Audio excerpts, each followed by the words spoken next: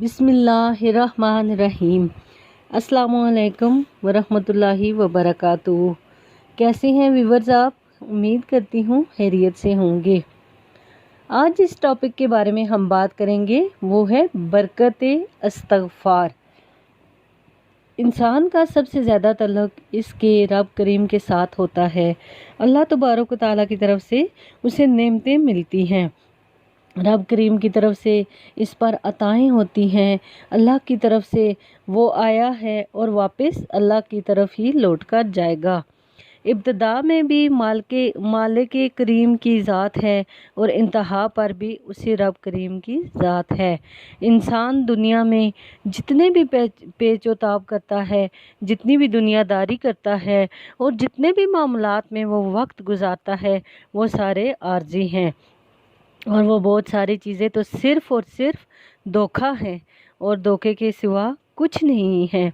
अगर इंसान का ज़हन बन जाए कि मैंने अपने ताल्लुकात से, अपने मामलात को रब के साथ सही रखना है, तो जब अल्लाह के साथ इसके ताल्लुकात ठीक होंगे तो बंदों के साथ खुद ब खुद ठीक हो जाएंगे।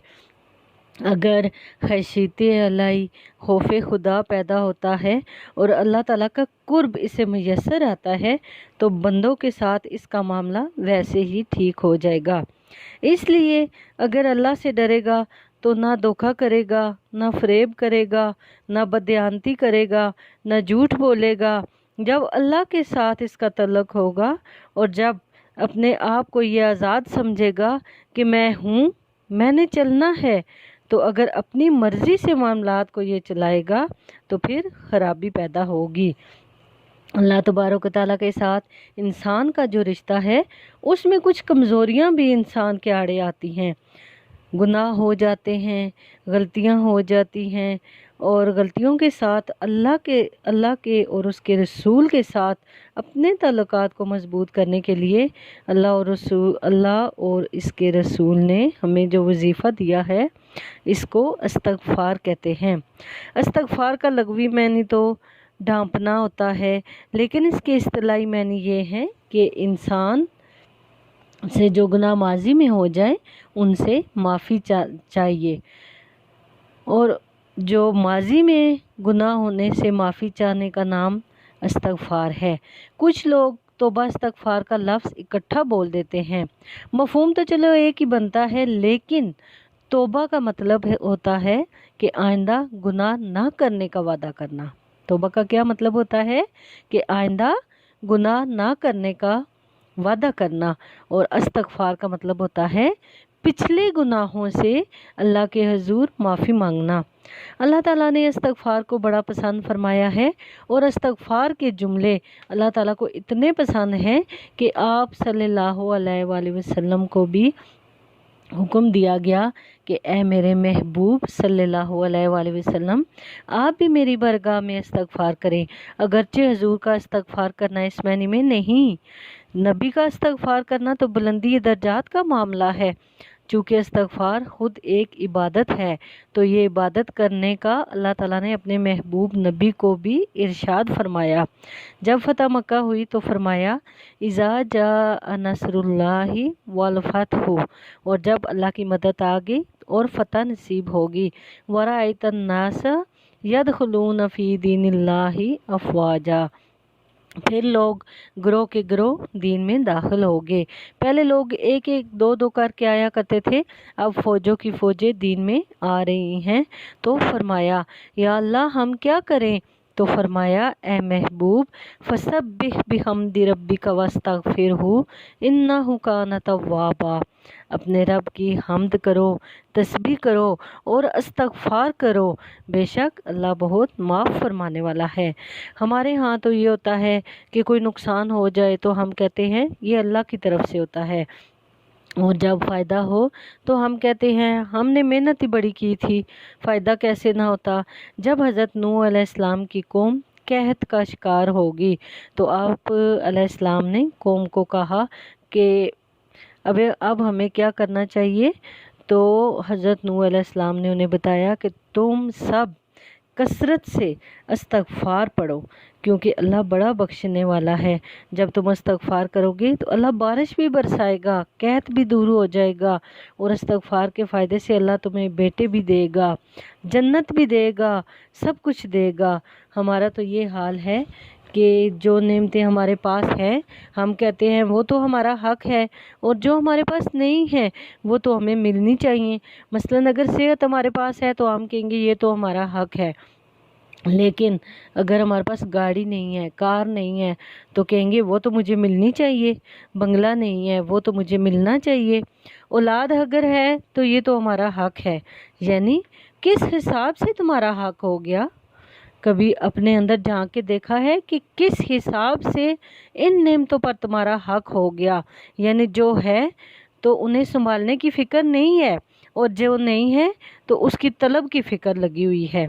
اور شکر نعمت کو شکر جو ہوتا ہے نا وہ نعمت کو محفوظ کر دیتا ہے، اور ناشکری نعمتوں کو ختم کر دیتی ہے۔ شکر نہیں ہوتا ہم سے، مسجد کی حاضریاں نہیں دے سکتے ہم، تھوڑی دیر کے لیے بھی، 20 منٹ کے لیے بھی اگر یہ کہا جائے کہ مسجد میں جو، تو وہ 20 منٹ ہم پہ بہت بھاری ہو جاتے ہیں کہ ہم 20 منٹ مسجد میں کس طرح حاضری دیں۔ اور یہ کیا ہے پھر؟ یہ ناشکری نہیں ہے تو اور کیا ہے؟ ڈر اپنے اللہ سے اے انسان۔ میرے نبی کریم صلی اللہ علیہ وسلم نے ارشاد فرمایا، قیامت کے دن کچھ لوگ کئیوں کی بات سن کر جنت میں چلے جائیں گے۔ اللہ تعالیٰ ہماری پردہ پوشی فرمائے۔ یعنی جو نیک بندوں کی باتیں سنیں گے وہ سن کے جنت میں چلے جائیں گے، اور جو نیک ہوں گے اس پہ عمل نہیں کرتے ہوں گے تو وہ اللہ پاک ہی ان کی پردہ پوشی فرمائے۔ حضرت عمر فاروق رضی اللہ تعالیٰ عنہ کو زخم لگ گیا، شدید زخم لگا اور بہت خون بہہ رہا تھا۔ سارے صحابہ کرام رضی اللہ تعالیٰ عنہ آپ کے ارد گرد جمع ہو گئے۔ عبداللہ بن مسعود رضی اللہ تعالیٰ عنہ بھی آگے، اور حضرت عمر رونے لگ گئے۔ اب تو رونا آتا ہی نہیں ہم لوگوں کو۔ اس وقت حضرت محی الدین کہا کرتے تھے کہ جسے پورا ہفتہ ہو گیا ہے نا، طریقت کا وہ مسافر بھی ہے، وہ اللہ اور اس کے رسول کی یاد میں نہیں رویا تو مجھے اس کے ایمان پہ شک ہونے لگ گیا کہ 8 دن ہو گئے ہیں، اسے خیال ہی نہیں آیا کہ میں نے اللہ اور رسول کی محبت میں رونا ہے۔ حضرت عمر رضی اللہ تعالیٰ عنہ جس میدان میں بھی پاؤں کبھی نہیں لڑکھڑائے ان کے، اللہ اور رسول کی بات جب آتی تھی تو دریا بہتے تھے ان کی آنکھوں سے۔ حضرت عبداللہ بن مسعود نے کہا، عمر تیری ہجرت بھی بڑی باکمال تھی، تیرا اسلام قبول کرنا بھی بڑا کمال تھا، حضور تجھ سے راضی ہیں، پھر تو کیوں روتا ہے؟ تو اس وقت حضرت عمر نے روتے ہوئے فرمایا کہ مجھے پتہ ہے کہ حضور مجھ سے راضی ہیں، لیکن میری نیکیوں کا تو سارے لوگوں کو پتہ ہے، لیکن گناہوں کا تو کسی کو نہیں پتہ نا، وہ تو میں جانتا ہوں یا میرا مالک جانتا ہے۔ کہا مجھے کوئی درجہ نہیں چاہیے، بس مجھے اللہ معاف کر دے۔ ہم لوگ تو آج درجات لے کر بیٹھے ہوئے ہیں۔ حافظ صاحب کہتے ہیں کہ جتنے آدمی ہوں گے میرے درجے ان کے درمیان اتنے ہی بلند ہوں گے۔ مولانا کہتے ہیں کہ میں نور کے منبر پر بیٹھوں گا تو میری عزت ہوگی۔